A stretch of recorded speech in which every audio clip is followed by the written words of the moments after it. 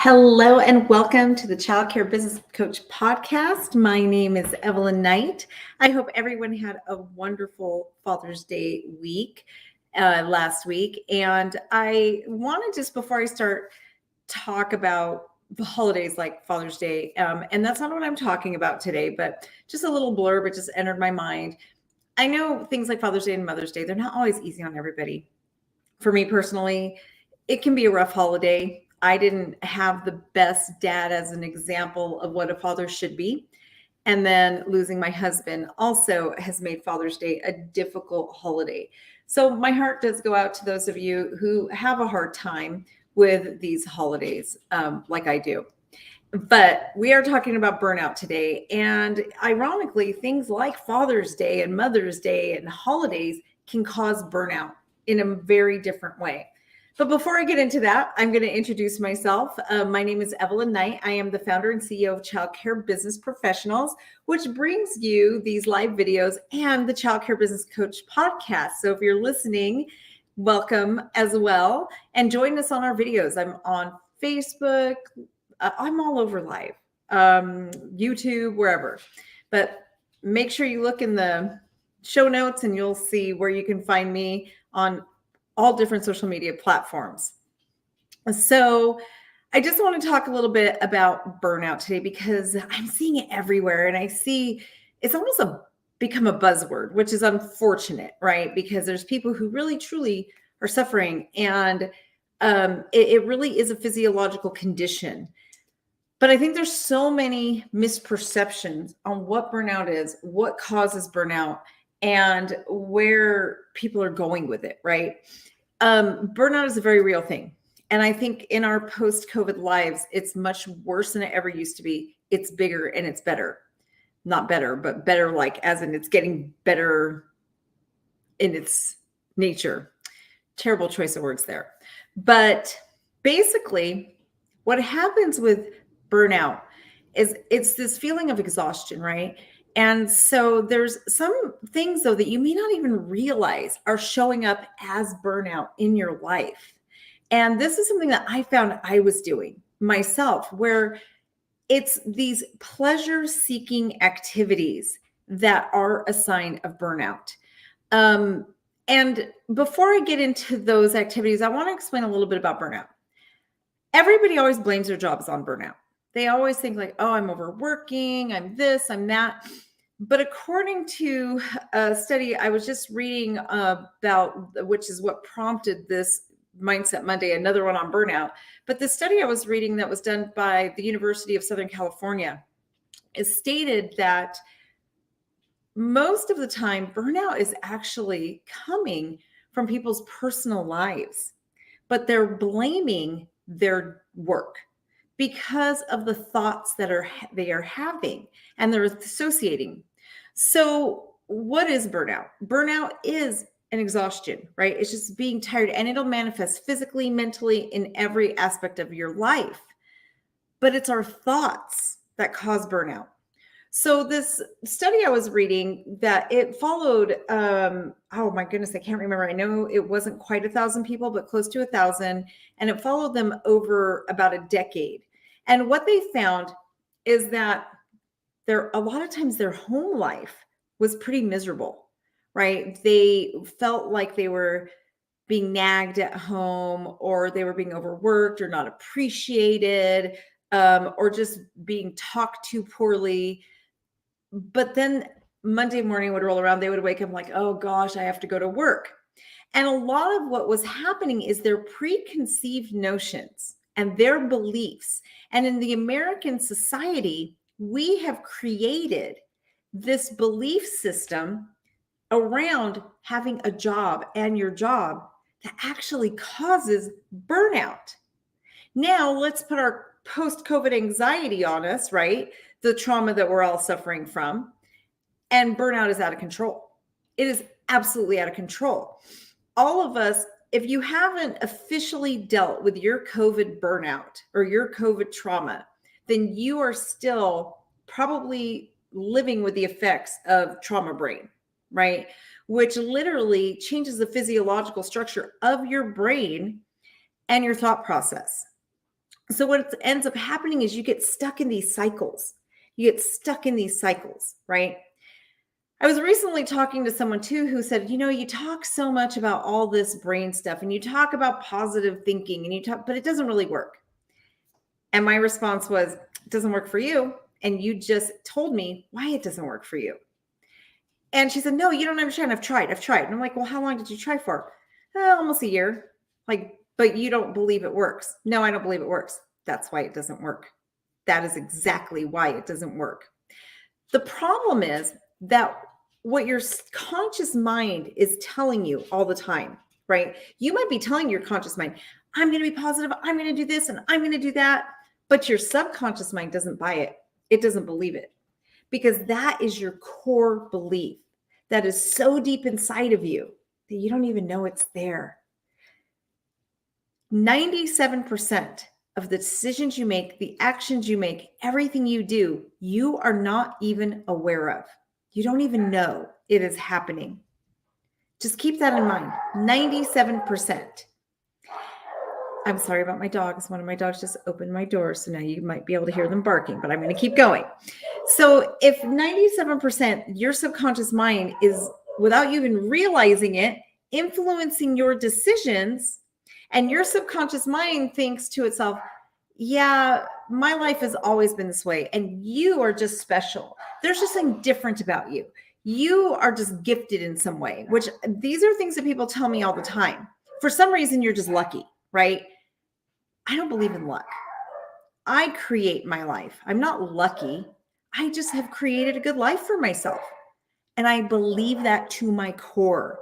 So my subconscious mind believes it, which creates self-fulfilling prophecies.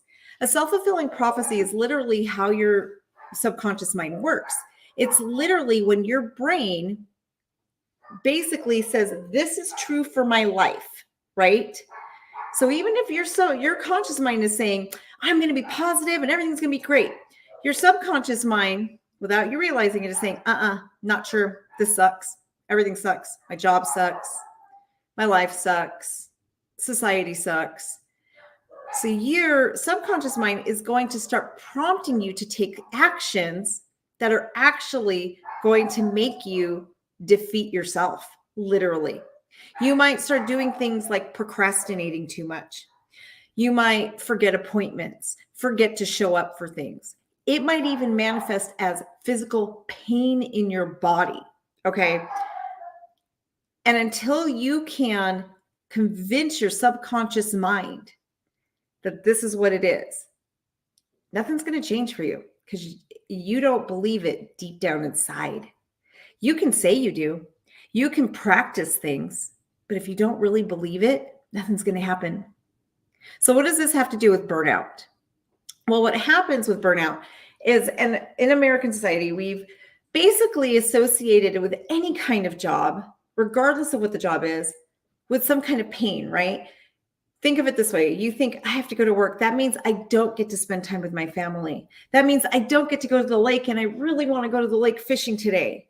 That means I don't have time to do this, this, and that, right? Like right now I'm looking personally, my laundry room is right off my office and I can see a pile of laundry I have to do.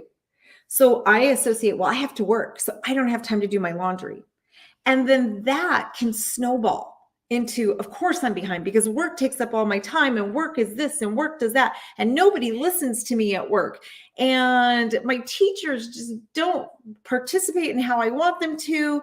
And the parents suck and the children bite and all of these things happen. So work sucks, right? So do you see how that snowball effect starts happening? And in the American society, we associate work with taking us away from something we truly love and want to do. So the best way to overcome burnout is to really watch your thoughts, watch your thinking. I am going to close that door. So watch your thoughts and watch your thinking. Really pay attention to how the dialogue in your head is playing out. If you are thinking to yourself, oh, I got to go to work today. I got to deal with these kids. And lately they've been out of control. And my staff, oh my gosh, they've been terrible. Of course you're burned out. But it's not them. It's the thoughts you're allowing in your head. There's always somebody to blame. There's negative in everything in the world, but it is your choice what you get to focus on. You get to focus on whether you want to obsess over the negative that is around you and in your life, or if you're going to look at the positive and the beauty in life. To be honest with you guys, for those of you who think that my life is charmed, I hear it all the time. You have no idea. At least once a month, somebody tells me, well, you don't understand. You just are special for some reason. I have literally had people accuse me of different, like being alien and different things because they say that my life is charmed, right? It's not. It's what I choose to focus on, you guys. My life has been hard. It has been rough. If you only knew what kind of childhood I grew up in. I grew up in some pretty rough circumstances. My first childhood memory was being ripped off my mother's lap, and I watched my dad break my mom's ribs. Okay, that was my first childhood memory. And my whole childhood was pretty much like that. And then I have faced so much in my life. I've lost my husband. I've faced so much. But I choose to look at the beautiful points of life. I could fixate. I could sit here and talk about like, oh, I had a horrible childhood and this is horrible and that is horrible. And then, yes, I would create a horrible life. But amongst all of the things that I've had to deal with in my life, God has blessed me to show me that there is always beauty in everything. So why does my life seem charmed? Because I choose to see the beauty. We all get to points of burnout. I do too. But I'm quick. When I feel it coming on, I'm quick to hit the reset button. When I start feeling that overwhelm and like everything is getting out of control, which I do often, I know to stop myself and ask, whoa, what is really going on here, right? Once I start going down that negative pattern of thoughts, and it happens to all of us, once I notice and I'm hyper-focusing on the negativity, I have to stop myself. And I will literally, like, I'm actually taking a couple days off this week, and I will literally stop myself and think, like, what is going on here? And really just stop, analyze my thinking, see where it's coming from. And one of the things I ask myself is this real? Because we convince ourselves of stuff that isn't real. I cannot tell you guys, over the 15 years that I have been a child care center owner, how many people have quit on me at Zoo and Around because it was horrible, right? Oh, you guys don't support us. That's one of the things I hear. You're not supportive of us. You don't care. You this, you that, right? They go get a job somewhere else. And within 1 year, about 90% of them end up contacting me to apologize. They either contact me or Brandy, and they end up apologizing because they didn't know how good they had it.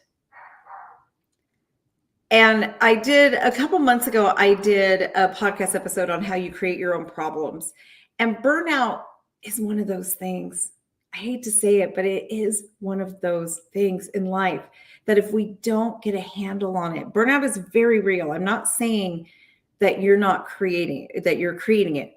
But what I am saying is if you don't take charge and you don't take your power back, and you don't start choosing to handle it and to do something about it, then you are creating the problem. We have a choice in everything we do in life. Are you going to choose to allow things to consume you, or are you going to work on it? Working on it can be as simple as starting a daily journaling exercise. And ask yourself Katie Byron's 4 questions, which I usually keep over here, which I don't think I have them right now. For me, I use them all the time because it helps me when I'm really facing a lot of anxiety, when I'm stressed out. And they're pretty easy questions. And I always forget one. So I'm looking, and that's why I keep them posted. And I've got my Post-it notes all over. But basically what Katie Byron asks is, ask yourself, is this thought that I have, is there evidence to support it, right? And then write it out. Is there evidence that contradicts it? And then write that out. And really just work through what does the evidence show? Because what I find is, the other question that's very, very, very important in this process is asking yourself, when else have I felt this way? What was the first time I can remember feeling this way? I'm going to shut the door again. My dog opened it again. I'm going to have to start locking it. But you can ask yourself, when was the first time I felt these feelings? And sometimes it's really hard to pinpoint, but keep trying to do it and journal that out, because that's going to be the core of when you started this belief system. And that's how you're going to eradicate it. These false beliefs are often like weeds in our brain, and you need to get the root to get them out, right? Otherwise, they're controlling your subconscious. And as much as every day you consciously try to get things done, it's not going to happen if the roots are tainted. The other thing I really highly suggest is therapy, but with the right therapist. Okay. And I think every single human on this planet needs therapy. There's none of us who don't. All of us have damage. We all damage our children. It sucks. If you're a parent, we're doing it, right? But we're human. And that's part of the human condition. And a good therapist, I highly recommend something like a psychotherapist because they're going to go to the root of the problem. You got to eradicate those weeds. Otherwise, those false beliefs are going to be dictating in the background, and you're not even going to know it. And they're going to be setting you up for failure. I cannot tell you how many people I hire who are so excited. And then time goes on and they either self-sabotage or they start hating their job because of stories they're telling themselves. They just tell themselves stories, and they forget to look at the positive. They forget to look at the blessing and that beginning stage, the honeymoon period of like, oh, this is amazing and awesome. We actually go through phases. There are actual phases, and I train on this a lot, that our brain goes through. Whenever you enter something new, oh my gosh, I can't remember the actual phase names, but they are psychological phases we all go through. And the beginning is like a honeymoon phase where you're super excited and you cannot wait to do the thing. And it is like euphoric, right? It's unrealistic. And you look at this as this unrealistic, perfect thing. And then time goes by and reality starts to set in. Oh, I remember. It's uninformed optimism is stage one. Uninformed optimism is stage one, where you're just overly unrealistically optimistic and you haven't let reality. Stage two is informed pessimism. 85% of humans get stuck in informed pessimism. And this is why they can't stick with jobs and they are never truly successful. Because when reality hits and suddenly you see the human side of things and your uninformed optimism is gone and your fairy tale is over, you start telling yourself stories about how awful things are and how terrible this is and how, well, this isn't what I signed up for and this isn't what I thought it was going to be. Because the fairy tale isn't real. There are no such things as fairy tales, especially when you're working in a child care center. We can give fairy tales to the children, but reality isn't that.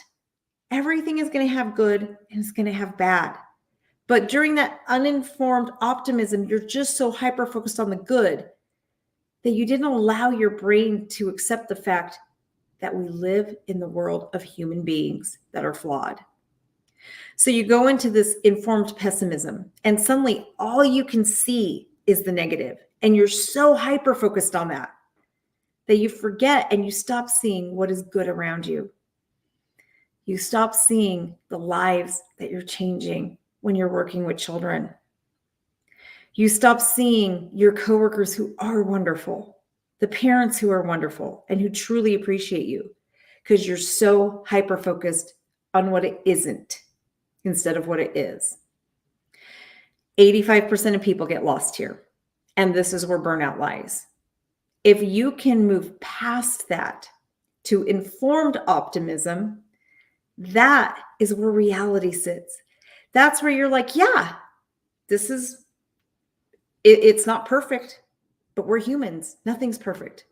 There's some downfalls, but I'm going to choose to see the best in it. And I'm going to go on anyway. This is where the magic happens. And if you can get to the fourth stage, which I cannot remember the name of, after informed optimism, that is like the gold.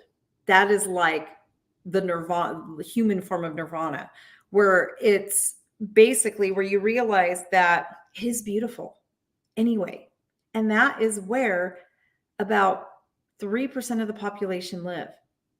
Beyond informed optimism, which informed optimism, if you never make it to the fourth stage, informed optimism is still a wonderful place because you're happy and you're satisfied with your life. And you realize that there's good and there's bad to everything, and you just choose to embrace the beauty. So keep that in mind and start asking yourself, where is my pessimism really coming from? And it is pessimism. I'm not going to sugarcoat it for you. It's you. Also really analyze, is it really my job? Is it really working with the children? Or is there something going on at home and I'm projecting and blaming work for it? And ask yourself as well, are my thoughts really accurate? And where did they come from? How am I setting myself up for failure? How am I creating a self-fulfilling prophecy in this situation? So hopefully that was helpful for you guys. I know we have a free webinar coming next week to help people who are really, really struggling. It's going to go much, much more in depth on being in the world of ECE, being more successful. So whether you want to open a childcare center or if you're hoping to just get better, if you're just really find that you're struggling and you need some help, make sure you sign up for our webinar. One of my team members can probably put it in the chat for you guys. How to sign up, but you can go, everything that we do, you can find at childcarebusinessprofessionals.com. So I hope everybody has a wonderful week. And remember to just question your thoughts. They're not always right. You're not always right. And it's really healthy and important for you to just step back every now and then and question what you're thinking. Have a great day, everybody.